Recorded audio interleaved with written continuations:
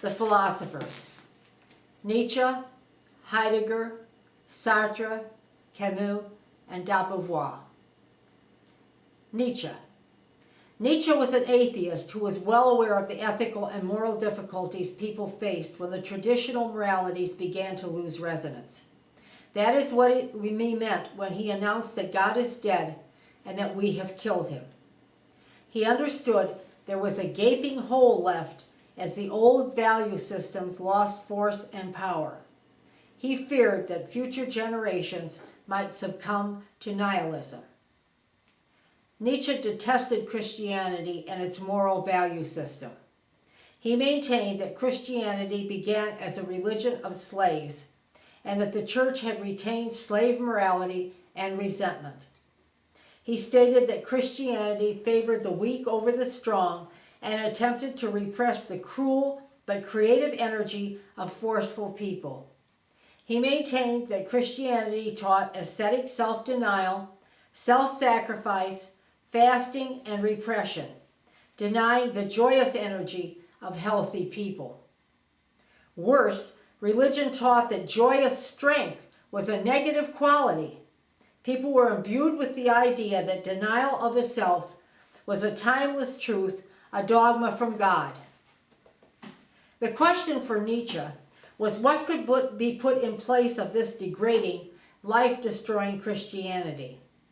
He proposed the noble person, or overman concept. The noble is aware that all things change and everything is in flux. She is also aware that her self is not a fixed state, that it seems to change with different stages of desire. Nietzsche is famous or infamous for his theory of the will to power. But this concept is frequently misunderstood. Will to power is the battle to establish control over one's self in the middle of shifting desires and changing selves. Nietzsche thought that there is a great deal of self-deception in language, which reinforces the fixed, fallacious I, just as religion reinforces the concept of the eternal soul. The noble person must resist this self-illusion and labor to bring all the individual desires under his control. Self-mastery will result in a creative, functioning being. Nietzsche firmly believed that the noble person is strong and can incorporate joy, responsibility, love, and creative capacity. A noble person will avoid conforming to the herd, as Nietzsche calls it, the pressure from inferiors. Nietzsche believed the crowd or herd is responsible for promoting conformity, mediocrity, and the moral tenets of the weak. He recommends the doctrine of amor fati, the strength to love one's fate, no matter what vicissitudes one might have to bear. He introduces the idea of the eternal recurrence, which is the concept that life happens over and over again the same way from the beginning of time. He interrogates readers, asking if we are strong enough to live life on our own terms, so creatively, so masterfully, that we will be able to fully embrace its eternal repetition. The often misunderstood will to power is the creative individual's way of influencing her environment. Postmodern thinkers particularly value Nietzsche because of his perspectivism, the belief that truth and morality are simply a matter of interpretation. He maintained that there were no facts in matters of morality. He stated that all classifications and generalizations are determined by the time and cultures in which they are formed. The philosopher Nehemiah states, "Perspectivism does not result in the relativism that holds that any view is as good as any other. It holds that one's views are best for one's self, without implying that they need be good for anyone else. It also generates the expectation that new views and values are bound to become necessary, as it produces the willingness to develop and accept new themes."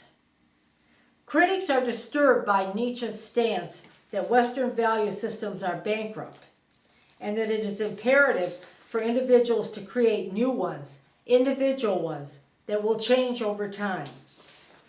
They are worried that his thinking could lead to extremes of violence and cruelty. But Nietzsche had seen ahead to the possibility of a nihilistic future, and his works are a creative attempt to forestall it. The Oxford Companion to Philosophy questions, along with Nietzsche, whether the nihilistic stance is possible in theory or in practice. Nietzsche's life work can be seen as an attempt at affirmation and enhancement of life, a way to attain a flourishing future for humanity. I would now like to turn to some of Nietzsche's important works. Nietzsche begins Beyond Good and Evil, 1886, with a discussion of philosophers whom he maintains have been blind dogmatists. He asks why there should be such a search for truth when untruth is the reality. Nietzsche is forming his life work in this volume, maintaining, as we have seen, that the noble person, the overman, must move beyond traditional and conventional Christian morality. It is necessary to develop an affirmative stance toward life, even when confronted with the lack of an absolute truth. Genealogy of Morals, 1887, expresses Nietzsche's case against Christianity. He states that it is an inversion of noble virtues, such as honor and pride. Christianity takes such virtues and turns them into a slave ethos of pity, humility, and weakness. Nietzsche believed that poverty, humility, and chastity were the aesthetic Christian ideal, and that those concepts had blocked the legitimate sources of joy, sexual energy, and virility. He excoriates religion and democracy in this text. He calls the world to wake up, for humans to lead creative lives. Nietzsche wants humans to make themselves into noble men and women. Thus Spake Zarathustra, a book for none and all, 1883 to 1885. Zarathustra was written after Nietzsche's Gay Science. The book is a long narrative, somewhat resembling an epic poem rather than an essay or a novel. Some readers enthuse about Zarathustra, while others consider it a literary disaster. The volume sets forth the ideas that would become themes in Nietzsche's later works. Zarathustra is a prophet of some sort, who comes down to speak to mankind from his seclusion of many years. Readers of Nietzsche will recognize the familiar themes that were to preoccupy him, such as the overman, the God is dead theme, and the concept of eternal recurrence. Nietzsche either believed in eternal recurrence literally or used it as a metaphor, depending on the critic one is reading. It is the concept that life happens over and over and over in the same way for eternity. Nietzsche believed if that was the case, the overman has a responsibility to love his fate and to live joyously and creatively. If one has the same life to repeat until the end of time, one should live so well as to have no regrets. That is the task for the overman. An important enlightening volume about Nietzsche by Jennifer Ratner Rosenhagen has just come out. It is titled American Nietzsche, A History of an Icon and His Ideas. Rosenhagen traces the influence Nietzsche had on thinkers in America and how each generation of scholars discusses a different Nietzsche who reflected the ideas of a particular school, such as Rorty's neo-pragmatism or H.L. Mencken's individualism, or the postmodern belief that there was no objective proof of anything. Rosenhagen and others leaned toward a Nietzsche who was somewhat similar to Emerson. But the American Transcendentalist idea of will was much weaker than Nietzsche's, and they believed in a vague unity and immanence of God, or what they called the oversoul or divine soul in the world. I do not find such a comparison of the atheist Nietzsche and Emerson very salient. Such multiple interpretations may be best understood by seeing that Nietzsche is all these ideas in his writings. His intellectual reach is both wide and deep.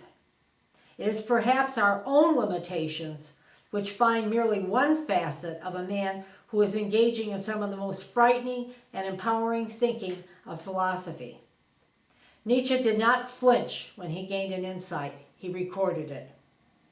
Although another great man, Walt Whitman, the American poet, was writing about himself, his description can be applied to Nietzsche's encompassing breakthroughs. Here are the lines. Very well then, I contradict myself. I am large. I contain multitudes. Leaves of Grass, Song of Myself, 1855. Nietzsche remains a tantalizing thinker, causing many readers to question received wisdom and assumption. He issues challenges that we can take up if we have the necessary courage and spirit. Martin Heidegger. This lecture on Heidegger will focus on the atheist Heidegger's magnum opus, Being in Time, 1927, as Heidegger's philosophic concepts reside in the text. Heidegger is a very dense, somewhat dull, very difficult writer, given to playing with the German language and making up new words for philosophic ideas and terms. Readers who are unfamiliar with philosophy will find many guides to being in time, and a guide or two is necessary. It is suggested that students read these guides prior to or during reading Being Time itself. At one time, Heidegger felt that Nietzsche had not gone far enough with his thought, that Nietzsche had merely replaced God with a vague idea of a force. Heidegger believed that it was important to confront meaninglessness in the world and attempt to understand existence itself. He was a pupil of Husserl and greatly influenced by Husserl's phenomenology, which studies and seeks to understand objects of experience without trying to raise questions concerning their nature, which may be unanswerable.